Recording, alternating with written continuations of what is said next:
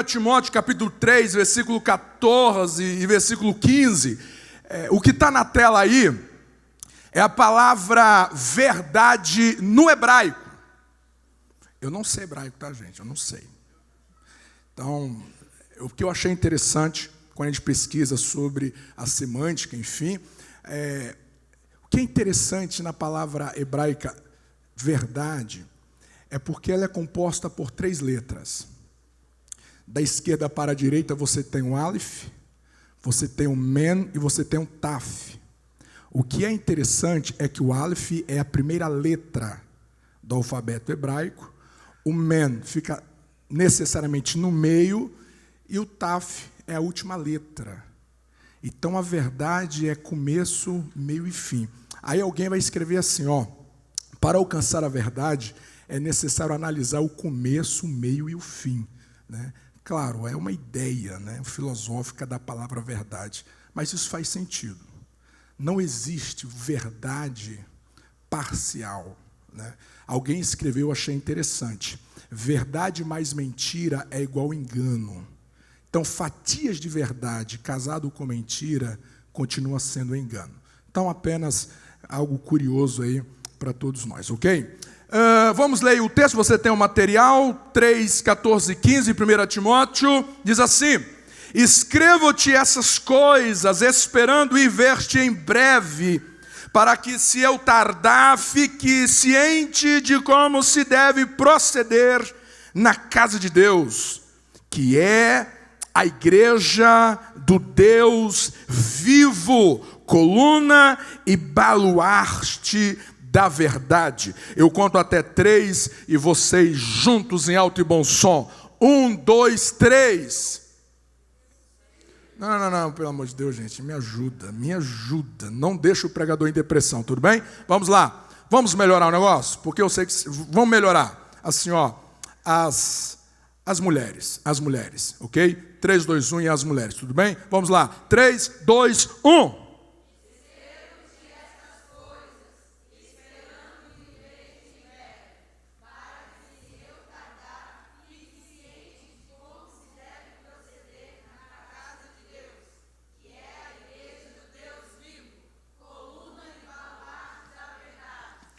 Eu queria que os homens agora ensinassem as mulheres como é que leem, tudo bem? Vamos lá? Então, por favor, vamos lá, tá? 1, 2, não me vergonhe em nome de Jesus. Não me vergonhe. Vamos lá? 3.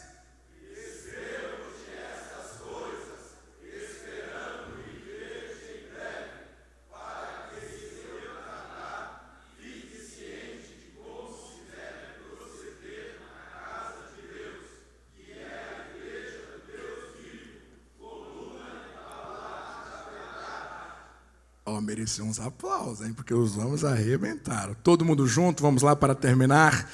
3, 2, 1.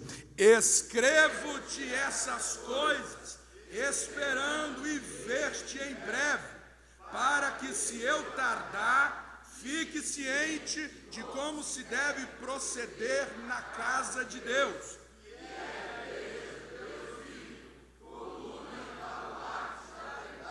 Deus, torna cativo o nosso entendimento, a tua palavra, é tudo que nós pedimos em nome de Jesus. Podeis assentar, louvado seja Deus. Fica com a sua Bíblia aposta, porque nós vamos ler alguns textos. Eu gosto de assistir alguns filmes. Eu não sei quem já assistiu esse filme aqui, Filhos da Esperança. É um filme de ficção científica, né, que vai ser lançado em 2007, e é um filme assim fabuloso, porque vai contar, é um filme baseado no romance de uma escritora britânica, Phyllis Doherty, alguma coisa assim, que vai escrever. Então esse filme é baseado nesse romance. Conta a história de um mundo quase que pós-apocalíptico, que o mundo está com uma doença de infertilidade. Ninguém consegue gerar, ninguém consegue ter filhos. E já haviam passado 18 anos sem nenhuma criança nascer na terra. E a humanidade então entra num caos, entra em guerras civis, é um ambiente assim hostil.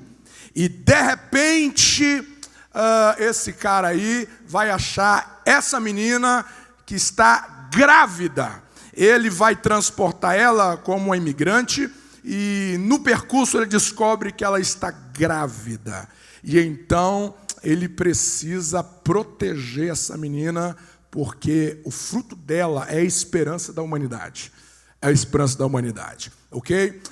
O segundo filme, para nós encerrarmos esse momento, quem já assistiu o livro de Eli? Uau, filmão, né? Bom, o livro de Eli é uma história também pós-apocalíptica, né? Que vai contar a história dele, né? O Denzel Washington, que possui um livro, que por sinal é a Bíblia. E esse homem então vai proteger, o filme todo, ele protegendo essa Bíblia, e os vilões aparecem ao longo do caminho querendo furtar esse livro, e ele então vai proteger literalmente com facão e bala, né? Ele protege esse livro e no final é surpreendente como que termina o filme. Ambos os filmes são importantes, tem uma filosofia muito bacana por detrás. O que isso tem alguma coisa a ver com o nosso contexto dessa manhã? Tem muito, porque nós estamos falando a igreja como a guardiã da verdade. Então, a igreja aguardando. Essas duas realidades cinematográficas falam de uma proteção. O primeiro, esse cara vai proteger essa menina porque ela está carregando a esperança da nação ou do mundo. O segundo, existe um livro, e esse livro carrega em si o poder para civilizar aqueles sobreviventes do pós-apocalíptico. O que é interessante é que ambos, tanto o primeiro protegendo aquela jovem com aquela criança, como o outro protegendo o livro, há uma ferrenha perseguição para minar isso. Percebe que a menina, quantos e quantos queriam matar ela, e quantos queriam sabotar esse livro, pegar esse livro. Ambos tiveram uma missão tensa, uma missão tensa. E quando a gente olha para esse texto, você precisa lembrar comigo de que quando a Bíblia declara de que nós somos guardiã da verdade, isso aqui é uma declaração entre muitos outros significados tenso para nós. Porque falar de que a igreja é guardiã da verdade, falar que a igreja é a coluna e baluarte da verdade em um mundo como o nosso, é você confessar de que a igreja está na contramão do mundo. É você entender de que a igreja está em uma cultura onde que pós-verdade é a mais nova palavra inserida em um importante dicionário do mundo, a qual a filosofia dessa palavra pós da verdade coloca em questionamento, de fato, se vale a pena nós defendermos a verdade. É você lembrar de que a Bíblia diz de que o diabo, ele é o quê? Ele é o pai da mentira. E qual é o principado estabelecido no sistema divorciado de Deus chamado mundo? É o principado maligno, o príncipe deste mundo é Satanás. Se ele é o pai da mentira, e é ele que estabelece o seu principado no sistema chamado mundo, isso quer dizer que o mundo é estabelecido sobre o fundamento da mentira. Falar que a igreja é baluarte da verdade é você entender, e eu quero trazer aqui à memória a explanação de ontem à noite, a doutrina da hamartiologia, a doutrina do pecado, exposto ontem em Romanos capítulo 1. Eu confesso que eu cresci com algumas mentalidades, como por exemplo, eu imaginava assim, que quando Adão pecou, eu vi assim, como se quando Deus desce ali, e Deus confronta Adão, é como se Adão estivesse num canto, chorando, arrependido. O que eu fiz? Eu cresci pensando de que o inferno é habitado, ou será habitado, o lago de fogo será habitado por habitantes que estarão lá a eternidade toda dizendo: oh meu Deus, por que eu estou aqui? Eu queria estar contigo. E eu tinha até uma mensagem. Eu pregava assim: inferno, o lugar da eterna saudade. Arrepiou ou não arrepiou? Então é forte. Aí eu falava assim: olha, no inferno eles vão dizer assim: ai meu Deus, eu cantei no coral, por que eu fui pecar? Quantas vezes eu preguei no púlpito a tua verdade, eu senti a tua presença, e ai que saudade, o inferno é um lugar de eterna saudade. Mas aí, meu querido, minha querida irmã, quando você vai imergir na doutrina do pecado, você é educado com uma verdade que me assustou. O homem, ele não foi vítima na queda. Vem comigo para João capítulo 3. Abra a sua Bíblia aí em João capítulo 3. O Evangelho segundo João capítulo 3. João capítulo 3, versículo 17. Vamos começar pelo 17. Vamos aqui obedecer ao nosso professor. O contexto inicial, vamos lá, versículo 17, porque Deus, acharam, diga amém, porque Deus enviou o seu Filho ao mundo, não para que condenasse o mundo, mas para que o mundo fosse salvo por ele. Versículo 18, quem crê nele não é condenado, mas quem não crê já está condenado. Porquanto não crê no nome do unigênito Filho de Deus. Olha o versículo 19, olha que palavra bombástica. E a condenação é esta, que a luz veio ao mundo, e os homens amaram mais as trevas do que a luz, porque as suas obras eram más. Diga comigo: a relação do homem com o pecado é uma relação de amor. É o gato olhando para o queijo dizendo: eu te quero. Eu quero pecar, eu quero pecar. É o homem apaixonando pelo pecado.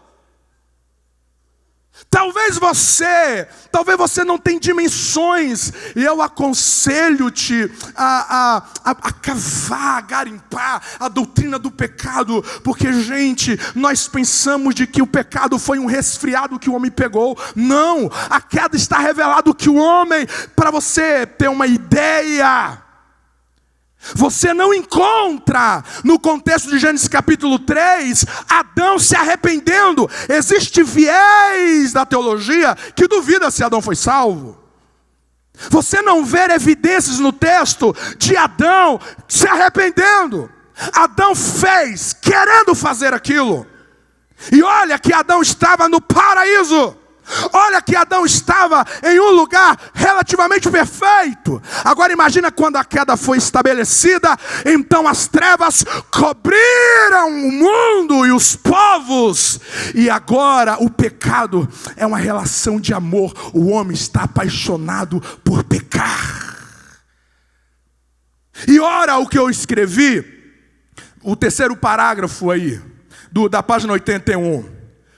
É chocante quando a Bíblia diz, vamos dizer junto, vamos ler junto, para vocês não dormir comigo, vamos lá? 3, 2, 1. É chocante quando a Bíblia diz, vamos lá gente, me ajuda. Quando a Bíblia diz que a relação do homem com o pecado é uma relação de amor. Continue.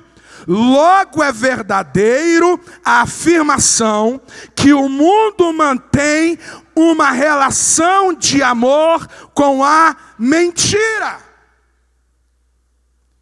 A mentira, ela é bem-vinda. A inverdade, ela é saboreada nesse sistema chamado mundo. E é aqui que nós estamos plantados. É nesse contexto, é nessa atmosfera, é nesse ambiente aonde que tudo se conspira para inverter a verdade e mentira em que nós estamos. E Deus está dizendo, é aqui que eu quero vocês. Me fala se esse negócio não é tenso. Percebe o quanto que a igreja, ela precisa pensar e repensar na sua real identidade e propósito. Por isso que Paulo vai escrever a Timóteo, vai dizer assim, olha, Timóteo, eu escrevi para vocês, então ele vai falar do versículo 1 até o versículo 13, como que Timóteo deveria educar a liderança da igreja, quais seriam os princípios, os critérios de que os obreiros, os líderes e, no geral, a igreja deveria absorver em relação ao evangelho. E ele vai dizer, olha, Timóteo, eu vos escrevi isso para que, se eu tardar, fique ciente de como deve proceder na casa de Deus. Casa de Deus não é um lugar que você anda como você pensa. Casa de Deus não é um lugar em que os seus achismos, em que os seus pensamentos, em que a sua maneira de dedução, a sua intuição, ela é sagrada. A igreja é um lugar de que há uma trilha, há um caminho, há uma pavimentação já estabelecida, chamada verdade. Tudo aqui na igreja é em verdade e em verdade. Aí, então, Paulo vai dizer a Timóteo, Timóteo, eu preciso te alertar de que você precisa tomar cuidado com como é que na igreja. Você precisa tomar cuidado com como é que está sendo o seu estilo de vida. Eu quero que você passe para a igreja como que essa igreja está vivendo, sabe por quê? Aí ele vai dizer, porque a igreja, ela é a igreja do Deus vivo. Diga comigo, Deus vivo gera igreja viva. Deus é Deus vivo, Deus é Deus vivo. Não sei se Paulo estava querendo lembrar o que o autor aos Hebreus vai escrever, dura coisa é cair nas mãos de um Deus vivo. Não sei se Paulo está querendo chamar a atenção, dizendo, Timóteo, cuidado como é que você está, ensina como que o povo deve tratar a igreja, porque olha, como você trata a igreja, é como você está tratando Deus. Você conhece alguém que maltrata a igreja ou não? Você conhece alguém que fala mal da igreja, sim ou não? Você conhece alguém que depois de um culto assim cheio de bênçãos, palavra de Deus, ceia maravilhosa, louvores maravilhosos, quando ele chega no estacionamento, ele desce da cruz e vem uma nuvem de murmuração e entra na boca dele e ele começa a praguejar a igreja. Você já ouviu essa história em algum lugar aí no Brasil ou não? Tem gente que ele não vigia.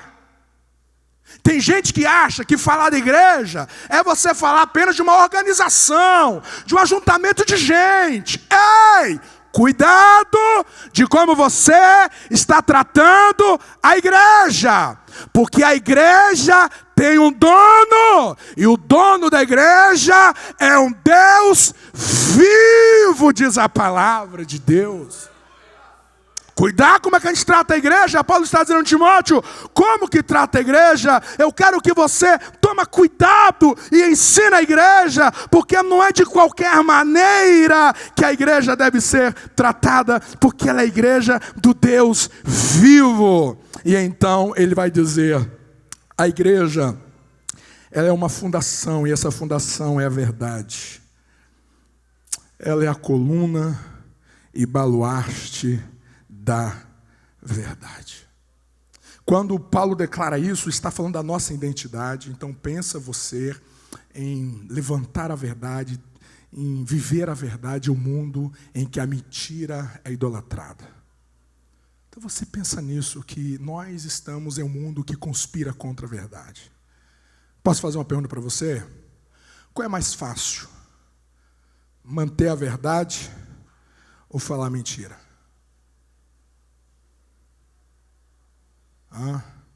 Não é assim, não é mais fácil você negociar com uma mentira do que com a verdade? Sempre será mais fácil para a natureza humana caída a mentira, porque fala do que ela é. Quando Paulo fala que a igreja é a coluna e baluarte da verdade, eu quero pensar com vocês 3 coisas. Primeiro é que a igreja tem a missão de portar a verdade. Vamos ler junto, vamos lá? 3, 2, 1.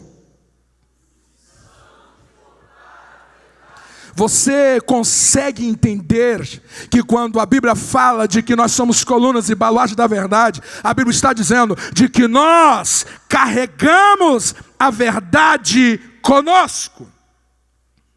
Você consegue entender de que nós somos responsáveis em segurar, em ter, em levar, em conduzir, em transportar a verdade?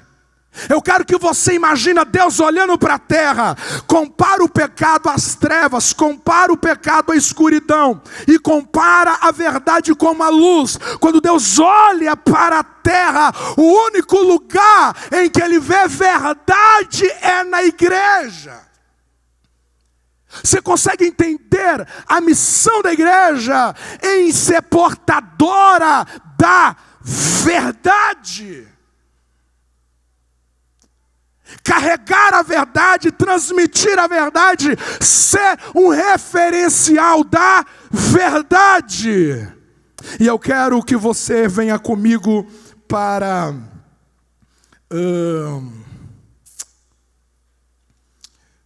Efésios capítulo 6. Pode abrir a sua Bíblia. Efésios capítulo 6. Que eu quero aplicar logo esse texto.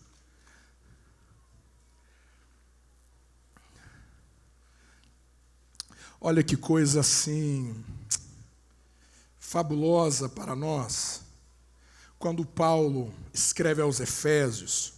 Então, quando você abre a Bíblia já em Efésios capítulo 6, você se lembra de que está falando de uma guerra espiritual. Então, preste atenção aqui.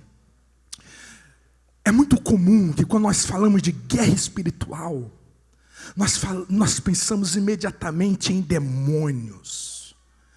É muito comum que quando a gente pensa em guerra espiritual, nós estamos falando de enfermidades, de males que o demônio semeia na vida das pessoas. E quando nós pensamos em fazer uma noite de libertação, nós já imaginamos de pessoas caindo endemoniadas, ou pelo menos sendo libertas de demônios, e as enfermidades saindo, porque há muitas enfermidades que têm a sua origem, a sua raiz em demônios.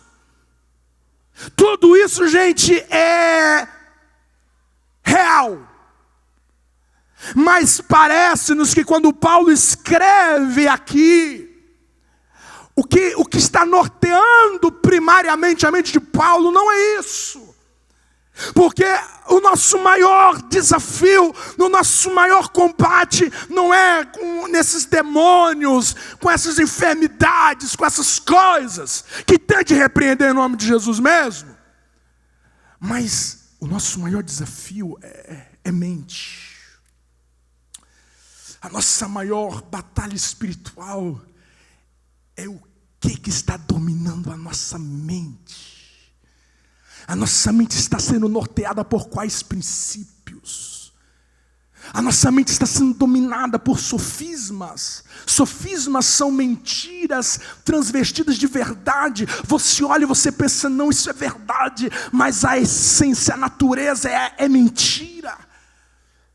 Paulo, quando ele vai falar da armadura, ele começa falando da verdade. E é interessante porque dentro do texto você tem 6 itens 6 itens. Você pode dividi-los em duas classes. Você pode dividir aqueles itens que está fixado ao corpo: o cinto, a couraça e a sandália. São 3 itens que está fixo no corpo. Em nenhum momento de batalha ela pode ser removida, ela está presa ao corpo. E você tem os outros 3 itens, que é o capacete, a espada e o escudo, que são itens removíveis, né? Que durante a batalha não está fixa ao corpo. E Paulo começa falando da verdade. Versículo 14 diz assim: estai, pois, firmes, tendo cingidos os vossos lombos com a verdade. Tendo cingidos os vossos lombos com a verdade. O que é cingir? O que é cingir? Veja, melhor vocês verem. De homens como de mulheres era a túnica. Parecia-se com um saco com aberturas para a cabeça e os braços. Usava-se um pedaço de couro ou pano dobrado na cintura como cinto, que era chamado de faixa. Na hora do trabalho, a longa túnica poderia atrapalhar, então arregaçavam as pontas, prendendo-as na faixa para terem liberdade de movimentos nas pernas. Isso era chamado de cingir os lombos. No Evangelho, cingir os lombos significa preparar-se, trabalhar arduamente e prestar serviço no reino. Ok? Essa era o cingir doméstico, se assim nós podemos dizer. O cingir da batalha, parecendo você está parecendo o Gibã, né? Então, assim, ó, o Gibã é lá do fundo do baú, cara. Então, assim, ó, cingir-vos. Eu quero pensar com vocês a seguinte lição, muito básico. É missão de quem cingir a verdade? É missão de quem? Percebe que o texto ele não está na passiva. Não é que eu tenho que ficar assim, aí vem alguém e me cinge. Não! O texto fala, é você que precisa cingir-se. Ei, é você que tem que pegar a verdade e aplicar. É você que precisa pegar a verdade e anexar em você, e amarrar em você, e atar em você, para que nada seja escapulido de você no que diz a verdade. É você que precisa pegar a verdade e atar em você, dormir com a verdade, amanhecer com a verdade, ir para a vida com a verdade. É você. É você. Você não pode esperar que os pastores, você não pode esperar que os líderes, você não pode esperar que o A, que o B ou que o C chega lá e te amarre, e te ata e te cinge. É você que tem que pegar a Bíblia. É você que tem que pegar a palavra de Deus e ingerir ela para a sua alma. É você. Eu lembro de uma vez que nós fomos fazer o ISM numa cidade, Doutor Pedrinho. E chegamos numa casa, eu nunca vou esquecer isso. Chegamos numa casa, penso uma casa simples. Nada de luxo, tudo muito, mas muito simples mesmo. Mas pensa um homem que amava a Deus. Um senhor, e a gente começou a conversar e dizia, pastor, eu amo tanto a Deus. Eu amo tanto a Deus, mas tanto. Mas assim, olha, eu sou tão limitado, porque eu não sei ler. Eu não sei ler.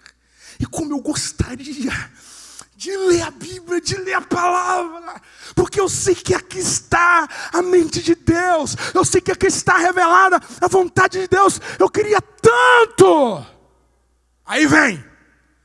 Mas pastor, como eu não sei ler, Só sabe o que eu faço?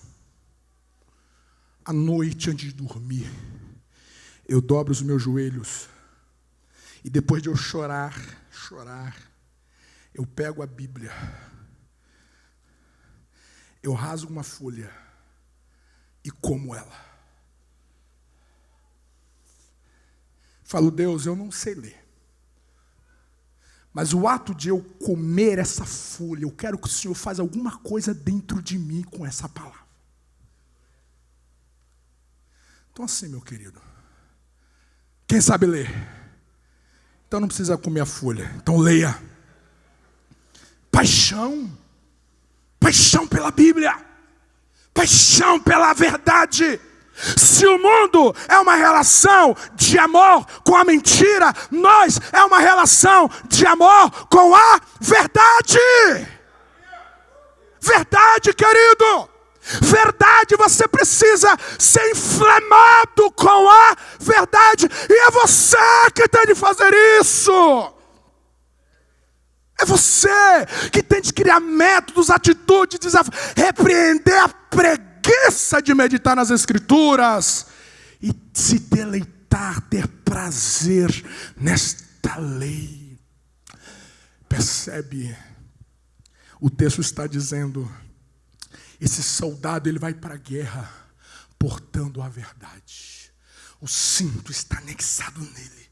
Esse cinto vai prepará-lo para que as demais peças estejam ajustadas, que ele não seja embaraçado.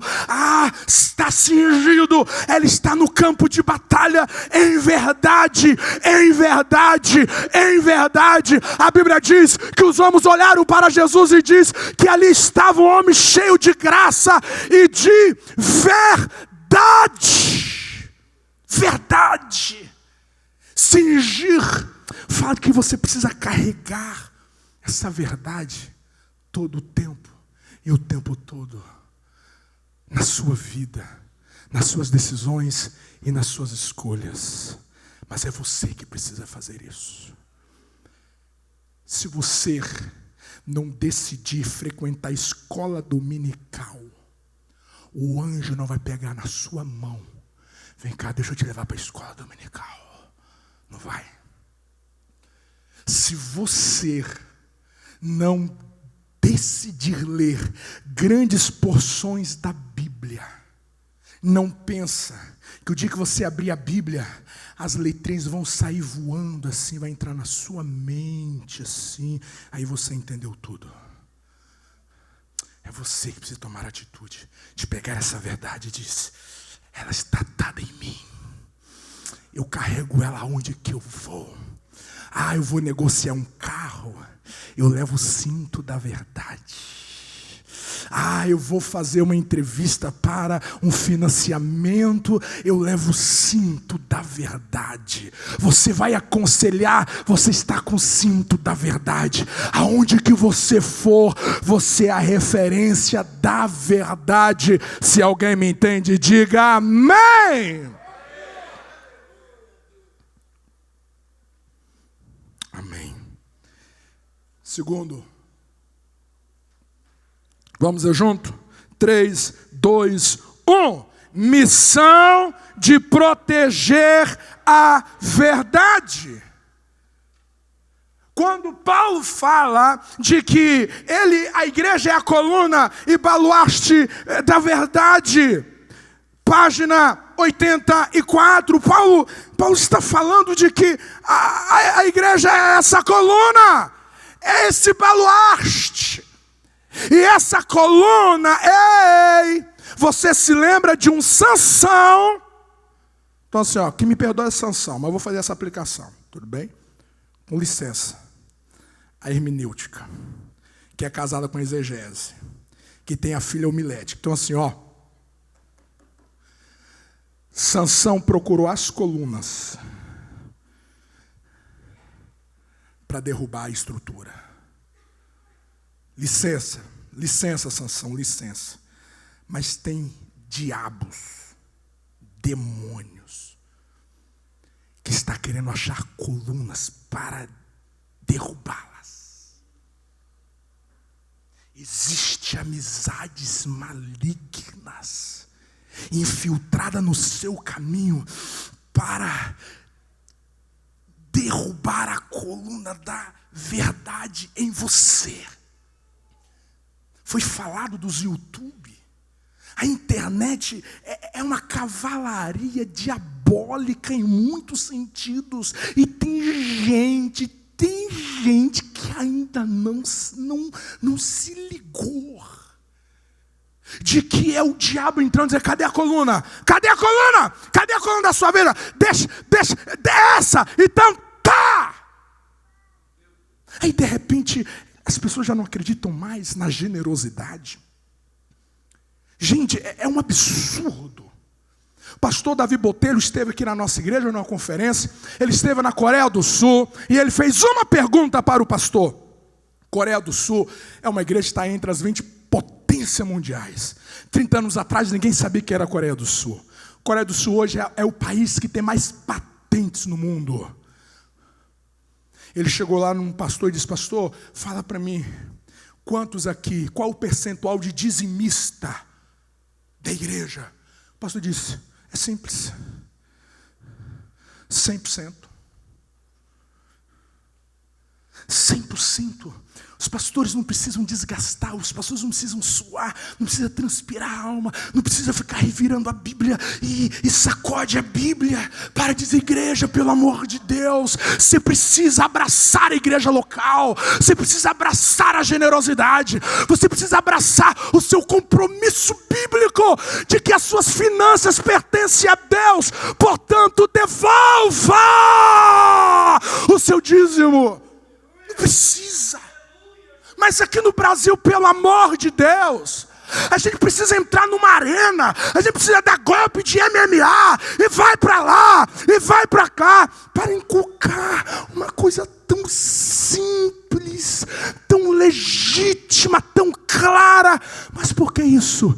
Porque tem demônios quebrando as colunas na mente dele, na mente dela, e ele ainda não entendeu que é a armadilha do diabo para sabotar as verdades que liberta.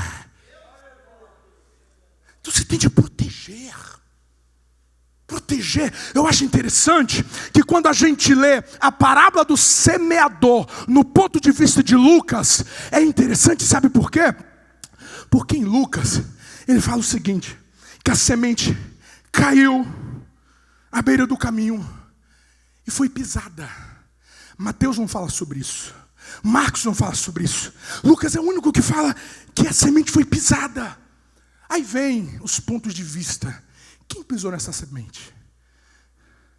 Foi o semeador, que semeou e não viu e pisou? Ou porque estava à beira do caminho e os homens, os transeuntes, passaram e pisaram? Aí o texto fala: e tendo pisado na semente, veio a ave e comeu. Você está protegendo a semente? Você está protegendo a semente?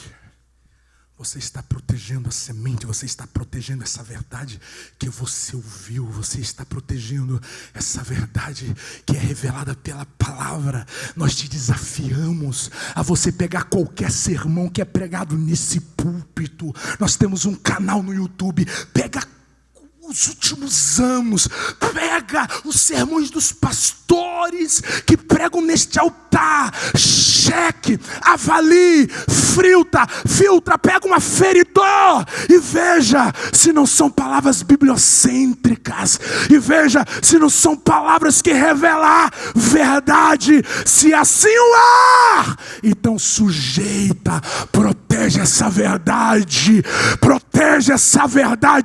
guarda essa verdade, guarda esta semente para que ninguém pise. Alguém me entende? Diga amém. Protege a semente. Protege a semente. Protege a semente. Eu tenho 4 textos para ler. Eu só vou ler o último. 2 Coríntios capítulo 13, versículo 8, vamos abrir esse texto. Enquanto você abre, deixa-me desenvolver as duas interpretações. A primeira interpretação, quem pisa nessa semente, se for o semeador, isso fala de pessoas que pregam com as palavras, pessoas que pregam teoricamente, mas na prática não vive.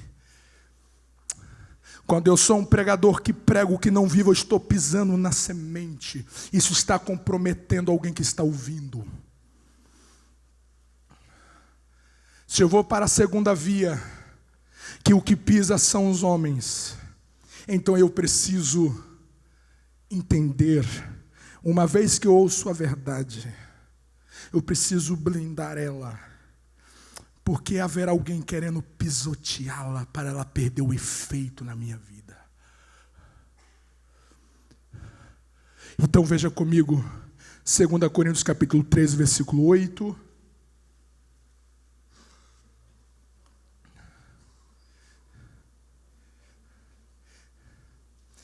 Segura a marcação bíblica.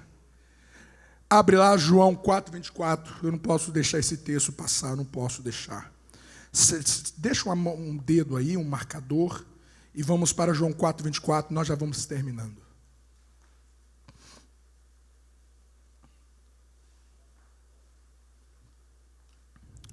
João 4:24, nós já conhecemos esse texto. Eu quero fazer apenas uma aplicação nesse texto, que eu entendo que seja legítima à luz do próprio contexto. 4:24, você conhece o texto. Deus é espírito e importa que os que o adoram, o adorem em espírito e em verdade. Diga comigo. Só há verdadeira adoração quando não há nenhum fragmento de mentira em minha vida. O texto está dizendo que só há adoração aceitável se na minha vida não haver mentira. Por isso que você precisa tomar cuidado na sua relação marital. Cuidado como você está camuflando verdades para a tua esposa. Cuidado com o que você está camuflando com o seu marido. Cuidado com o que você está escondendo para os seus pais. Cuidado com o que você está detendo em mentira em relação ao seu líder, ao seu liderado, aos seus amigos. Porque se houver mentira instalada em algum pavimento da minha vida, nada do que sai de mim será aceita como adoração verdadeira diante de Deus. Não importa o tom da voz, não importa o manuseio das escrituras com excelência, na dialética, na oratória, não importa. Se há mentira, não há adoração. O último texto, nós já terminamos, 13:8 de 2 Coríntios, o texto diz assim: porque nada podemos contra a verdade, senão pela verdade. Vamos ler junto nessa versão, vamos lá? Porque nada podemos contra a verdade, senão pela verdade. Estejamos em pé. Louvado seja Deus.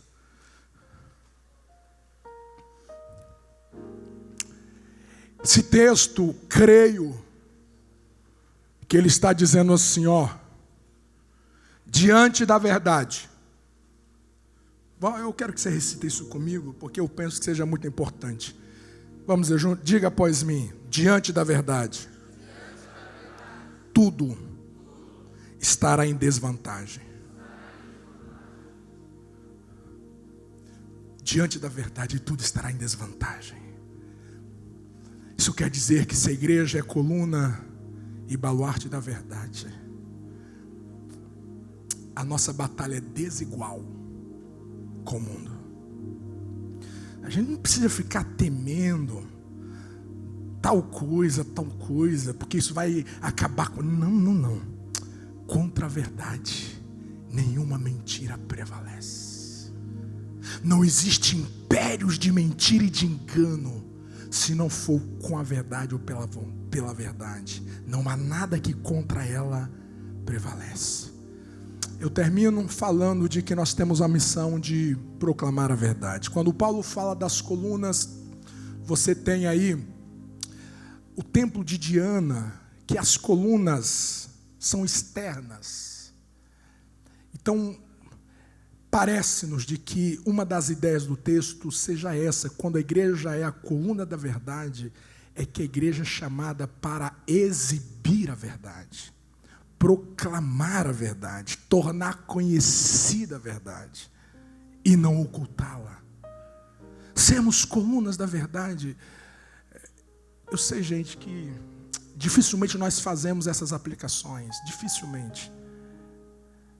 Mas é a gente dizer para o mundo, nós somos a vitrine da verdade. Nós somos a vitrine da verdade. Você entende que isso pesa sobre você? De que a definição de verdade para o mundo seja nós, a maneira com que nós nos tratamos, a maneira com que nós nos relacionamos, a maneira com que nós somos sinceros aos outros. A maneira que nós não somos maquiados para servir aqui. Você foi chamado para proclamar a verdade. Eu termino com um texto de Mateus, não precisa abrir, que é o texto da ressurreição. Quando os fariseus chegaram até a eles, soldados, e deram uma quantia de dinheiro para silenciar a verdade. Eu quero terminar esse ponto com a seguinte pergunta: quanto vale o teu silêncio da verdade? Para os soldados foi uma quantia de dinheiro, e eles silenciaram a verdade. E eu? Qual é o preço da minha verdade? Tem preço a tua verdade? O que é que está ameaçando a você silenciar-se em relação à verdade?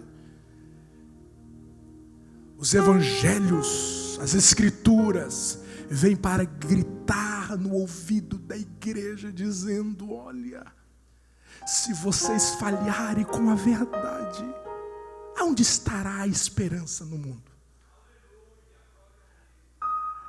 Se vocês não viverem a verdade, se vocês não levarem a sério a verdade, onde está a esperança do mundo?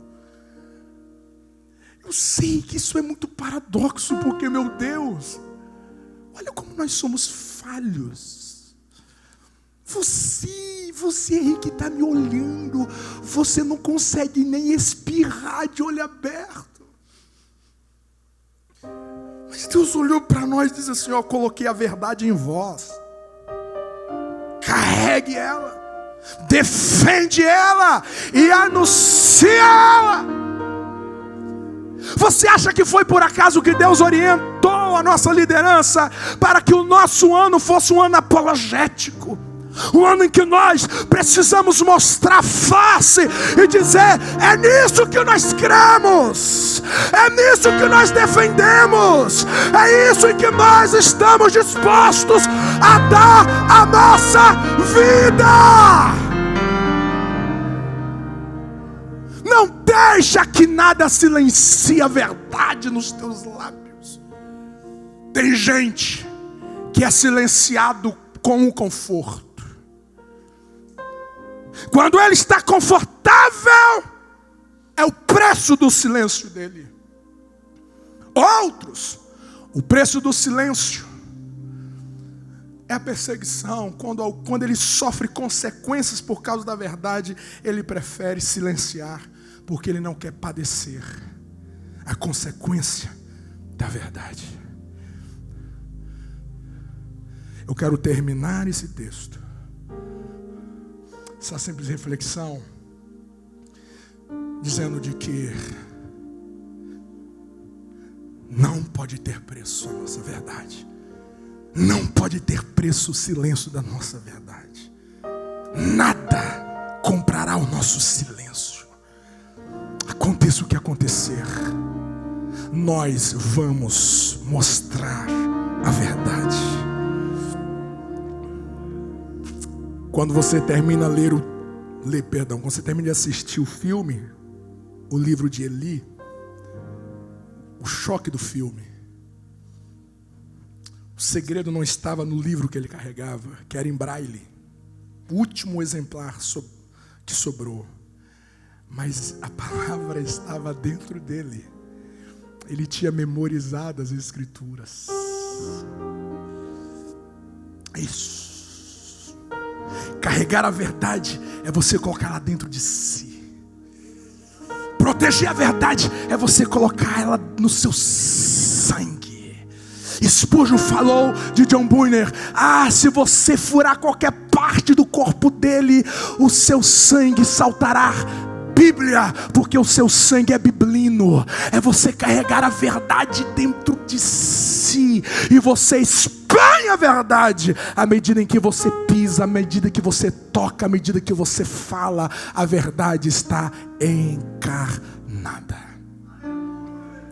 Eu quero que nós terminemos esse momento orando, porque vocês sabem, pastor Lindsson ontem trouxe uma informação chocante para nós. Há muitas outras conspirações nos bastidores dos poderes. E no apagar das luzes, o mundo só quer uma coisa: silenciar a verdade. Vamos orar para que não haja preço para o nosso silêncio. Não há preço para nós fecharmos a nossa boca. Não tem preço. Nós vamos hastear a bandeira da verdade no mais alto cume. Nós vamos expor a verdade, nós vamos falar bem alto, nós vamos tocar trombeta da verdade. Pegue na mão de quem está ao seu lado, vamos orar. Vamos orar para que os nossos jovens não tenham preço do silêncio da verdade, para que as nossas crianças cresçam dizendo: nós não negociaremos a verdade. Para que os homens, os pais de família, para que as mães, as mulheres, os líderes, grandes e pequenos, nós não vamos negociar a verdade. Ela será ouvida, ela será declarada, ela será defendida, ela será advogada, ela será declarada.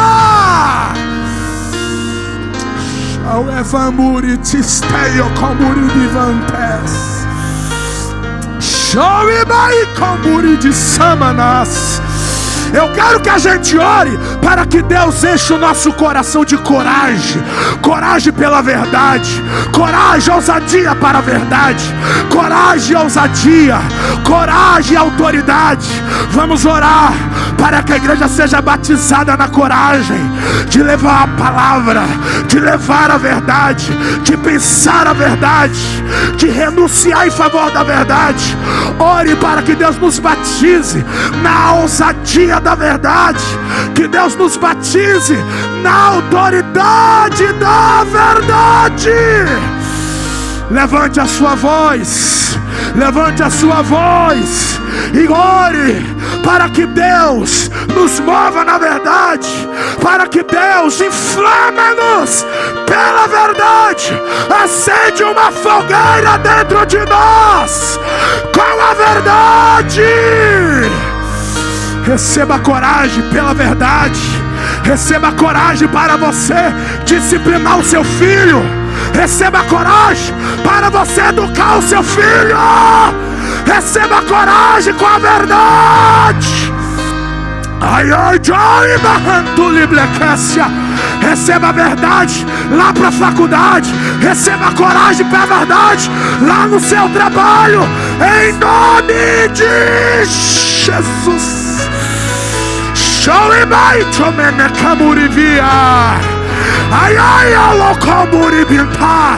Há um poder da verdade. Há um poder da verdade. Há um poder da verdade. Há um poder da verdade nesta manhã. Aleluia. Ore, ore. Clame para que essa verdade inunda, para que essa verdade nos domina, para que essa verdade não seja negociada. Em nome de Jesus.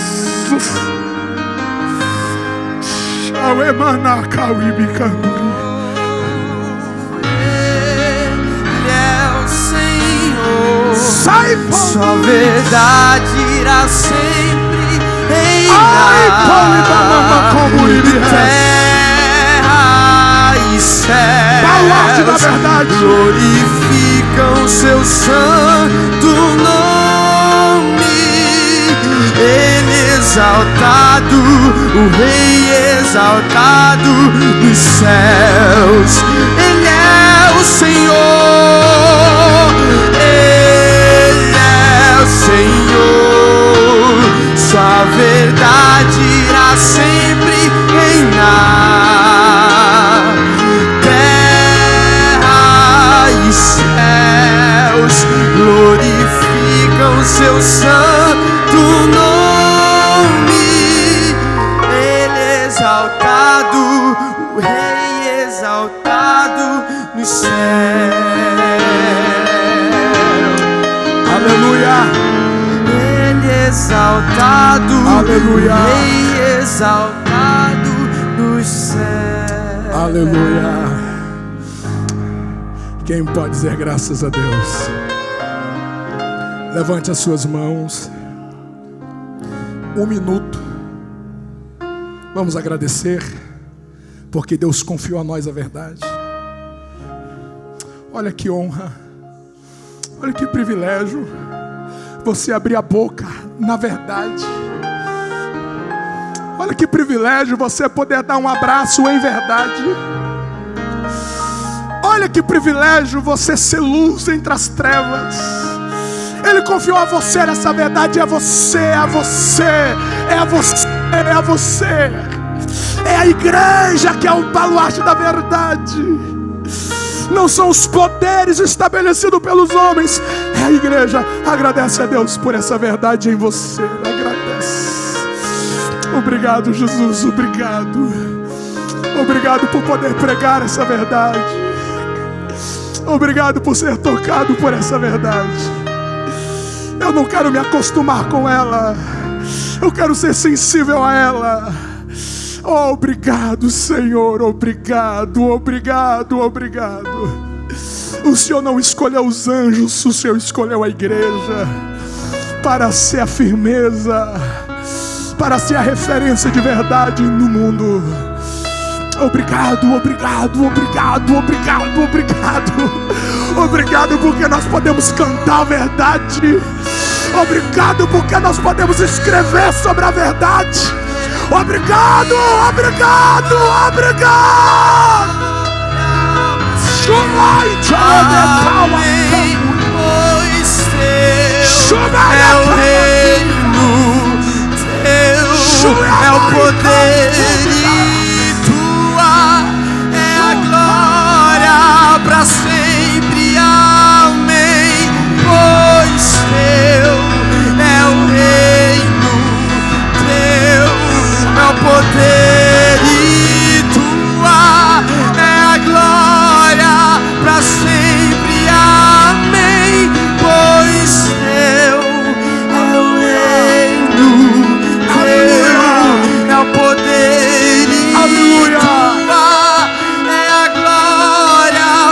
sempre. Amém.